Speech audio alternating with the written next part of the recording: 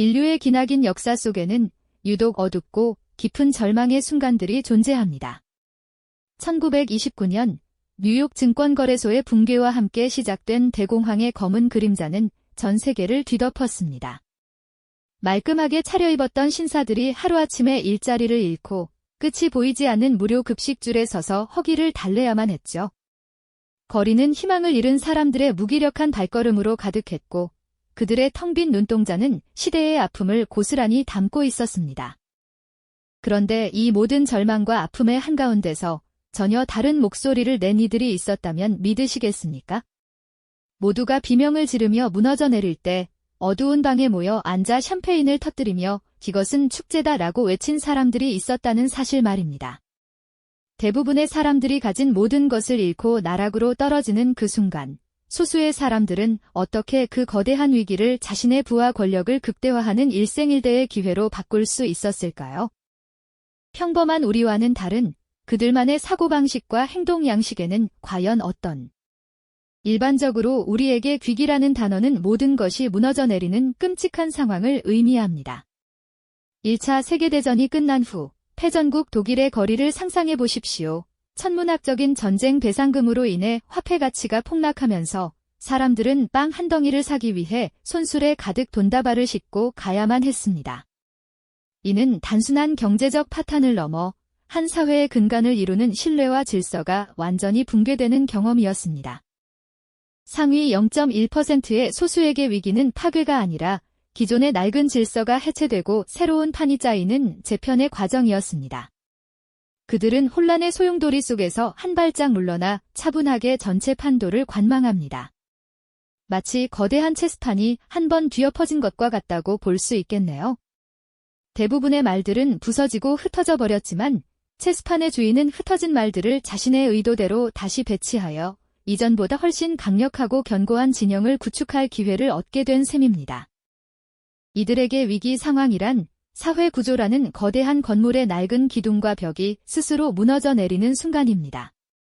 그리고 그들은 이미 새로운 설계도를 손에 쥔 채 어떤 자리에 어떤 기둥을 세워 자신들에게 가장 유리한 건물을 지을지 냉정하게 계획하고 있었던 겁니다. 심각한 표정으로 비밀스러운 회의실에 모여 앉은 금융가들, 지도 위에 붉은 펜으로 선을 그으며 다음 세력 판도를 구상하는 전략가들의 모습은 대중이 겪는 불안과 혼란과는 너무나도 다른 세상의 이야기였죠. 그렇다면 이 소수의 지배자들은 어떻게 남들보다 먼저 위기의 흐름을 읽고 절묘한 타이밍에 움직여 막대한 이득을 취할 수 있었을까요? 그 비밀의 핵심에는 바로 정보와 네트워크가 자리 잡고 있습니다. 위기가 닥치면 세상은 불확실성이라는 짙은 안개에 휩싸입니다. 이는 마치 칠흑 같은 어둠 속에서 모두가 길을 잃고 헤맬 때 혼자서만 강력한 적외선 투시경을 쓰고 목표 지점으로 유유히 걸어가는 것과 같습니다. 예를 들어 19세기 유럽의 금융계를 지배했던 한 가문은 국가의 공식적인 통신망보다 훨씬 빠른 자체적인 비둘기 전령과 역마 시스템을 운영했다고 전해집니다. 워털루 전투의 승패 소식이 런던에 공식적으로 전해지기 하루 전, 그들은 이미 전장의 결과를 정확히 파악하고 있었습니다. 다른 모든 투자자들이 나폴레옹의 승리를 점치며 영국 국채를 투매하며 공포에 질려 있을 때, 그들은 조용히 시장에 쏟아져 나오는 국채를 헐값에 사들였습니다. 다음 날, 웰링턴 장군의 승전보가 전해지자 국채 가격은 하늘로 치솟았고, 그들은 하룻밤 사이에 상상조차 할 수 없는 부를 손에 쥐게 되었죠. 그것은 정부 고위 관료와의 비밀스러운 저녁 식사 자리에서 오가는 대화, 경쟁국의 외교 문서를 은밀히 입수하는 첩보 활동, 그리고 자신들만이 공유하는 폐쇄적인 네트워크를 통해 교환되는 미래의 예측 시나리오까지 포함합니다. 전쟁 발발 직전, 국제 정세의 미묘한 기류를 먼저 감지한 이들은 금이나 안전한 국가의 통화로 자산을 미리 옮겨놓습니다. 그들에게 암호화된 정보는 단순한 통신수단이 아니었고 비밀스러운 사교 클럽에서의 회동은 단순한 친목 도모가 아니었습니다.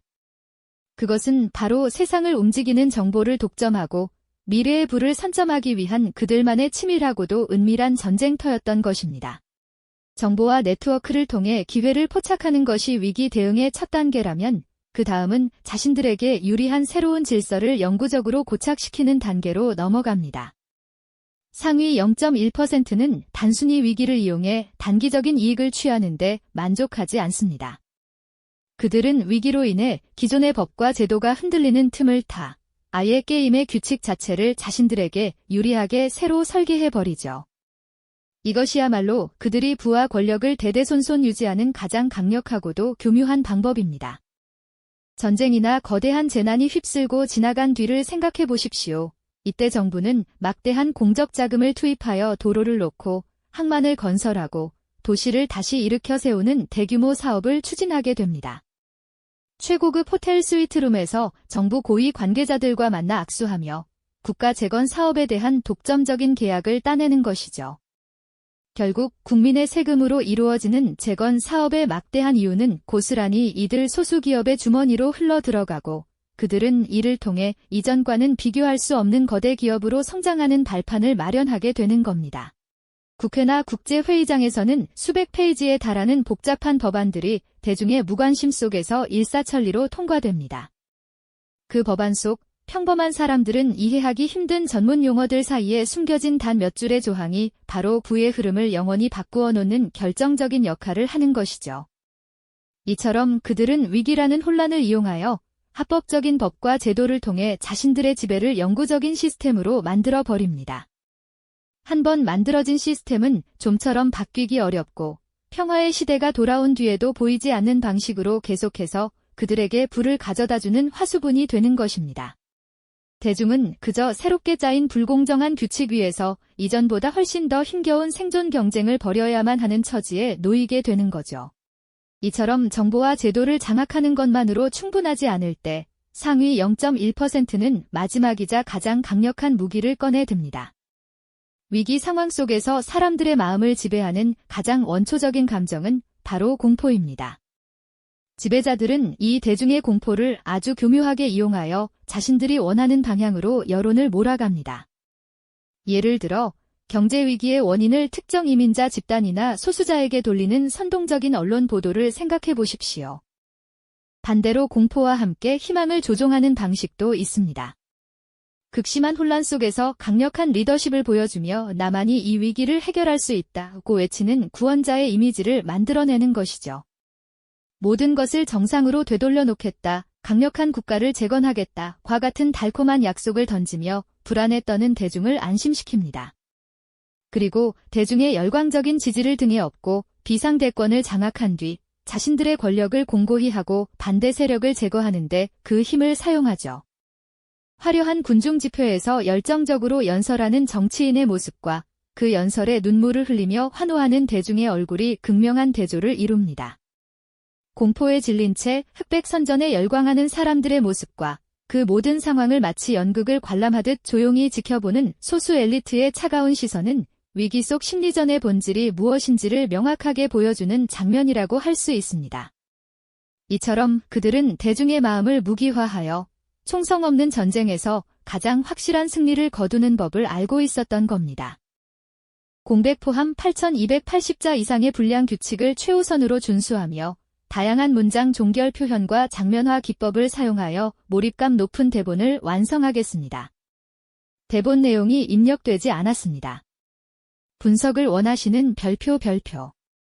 이처럼 대중의 마음을 무기화하여 총성 없는 전쟁에서 가장 확실한 승리를 거두는 법을 알고 있었던 그들의 축제는 과연 언제 끝나는 걸까요?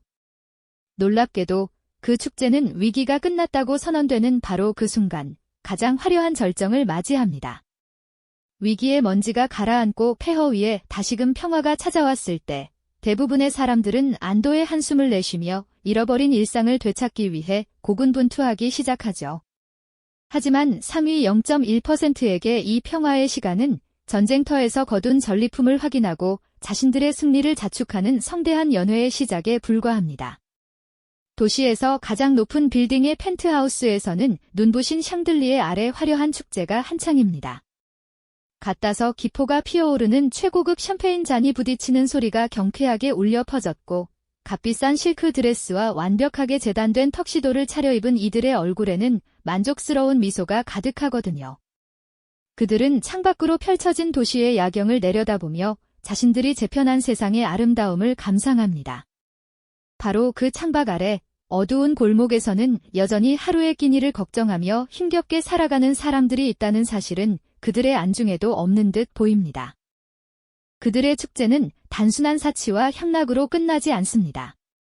그 연회장의 가장 조용한 구석, 두꺼운 벨벳 커튼이 쳐진 비밀스러운 방에서는 또 다른 종류의 축제가 벌어지고 있습니다. 바로 다음 위기를 준비하고 다음 먹잇감을 물색하는 냉철한 전략회의가 그것이죠.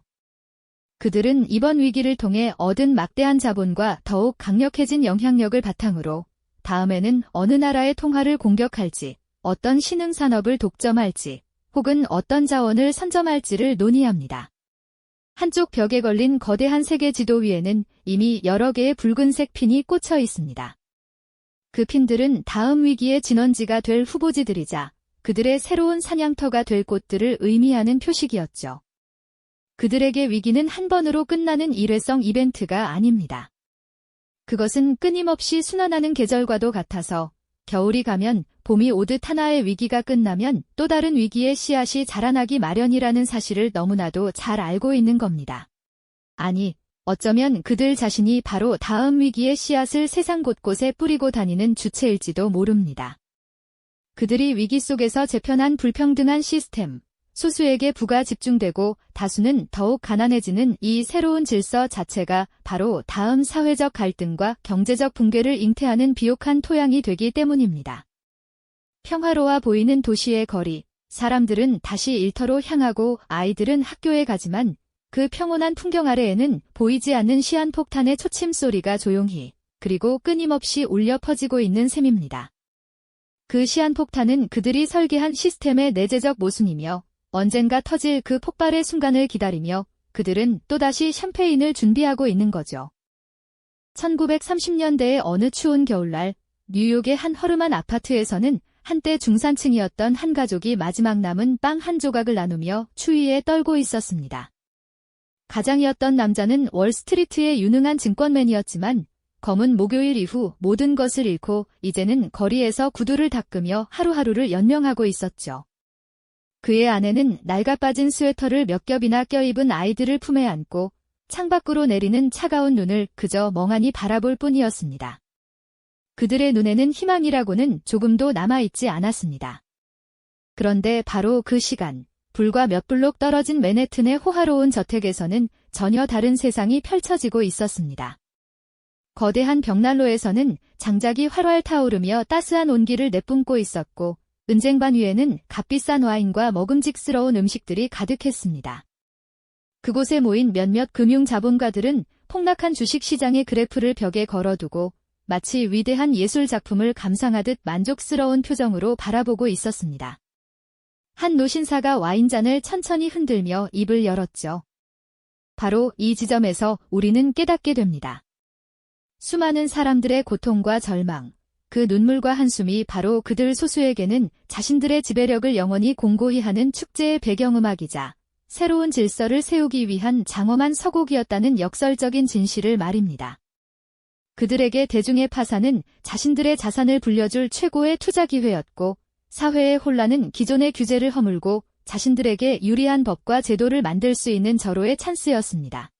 이것은 단순히 운이 좋았거나 기회를 잘 포착한 수준의 이야기가 아닙니다. 그것은 철저하게 계산된 전략과 시스템에 대한 깊은 이해, 그리고 무엇보다 보통 사람들은 상상하기 어려운 냉혹한 윤리관이 결합된 결과물이었던 거죠. 그들은 무너져 내리는 건물 속에서 당황하며 뛰쳐나오는 사람들이 아니라 애초에 그 건물의 어느 기둥을 무너뜨려야 가장 효율적으로 전체를 붕괴시킬 수 있는지 설계한 건축가와도 같았습니다. 그리고 건물이 완전히 무너진 뒤에는 가장 먼저 달려가 가장 값비싼 자재들을 헐갑에 주워 담아 이전보다 훨씬 더 웅장하고 견고한 오직 자신들만을 위한 궁전을 짓기 시작하는 겁니다. 수많은 사람들의 비극은 그 궁전을 짓기 위한 필수적인 희생, 즉 비용으로 처리되었을 뿐입니다. 이처럼 위기는 모두에게 공평하게 고통을 주는 자연재해가 아니라 누군가에게는 의도적으로 기획되고 관리되는 거대한 부의 이전 과정이었던 셈입니다. 우리가 오늘 함께 살펴본 이 이야기는 단순히 과거의 잔혹한 생존법을 들추어내어 분노하고 좌절하자는 것이 아닙니다. 오히려 이는 현재 우리가 살고 있는 이 시대, 그리고 앞으로 우리가 마주하게 될지 모를 또 다른 위기 속에서 과연 누가 웃고 누가 울게 될 것인지를 꿰뚫어 볼 수 있는 아주 중요한 통찰의 렌즈를 제공합니다. 역사는 다른 모습으로 끊임없이 반복되기 마련이거든요. 대공황의 주식 폭락은 오늘날의 금융위기로, 과거의 전쟁은 현대의 무역전쟁이나 자원전쟁으로, 그리고 흑사병은 새로운 팬데믹으로 그 모습만 바꾼 채 우리 곁에 나타나고 있습니다. 그리고 그 위기의 그림자 뒤에서는 여전히 대중의 공포와 불안을 자양분 삼아 자신들의 부와 권력을 키워나가는 소수의 플레이어들이 존재하고 있죠. 그들은 언론을 통해, 정치를 통해, 그리고 복잡한 금융 시스템을 통해 더욱 교묘하고 세련된 방식으로 자신들의 축제를 준비하고 있을지도 모릅니다. 위기 속에서 이것은 축제다라고 외치는 이들의 존재를 아는 것, 그리고 그들이 어떤 방식으로 게임의 판을 짜는지를 이해하는 것, 그것이야말로 우리가 그 화려한 축제의 희생양이 되지 않고 우리 자신의 삶과 미래를 지켜내기 위한 가장 첫걸음이 될 것입니다. 다가올 미지의 위기 속에서 과연 당신은 무대 위에서 춤을 추게 될까요? 아니면 그 무대를 떠받치는 희생양이 될까요? 이 거대한 게임의 법칙을 이해하고 그 안에서 살아남는 지혜가 궁금하시다면 채널을 구독하고 다음 이야기를 기다려 주십시오. 다음 시간에는 이 잔혹한 축제에 맞서 평범한 사람들이 어떻게 저항하고 때로는 승리하며 역사의 물줄기를 바꾸어 놓았는지에 대한 희망의 기록들을 펼쳐보겠습니다.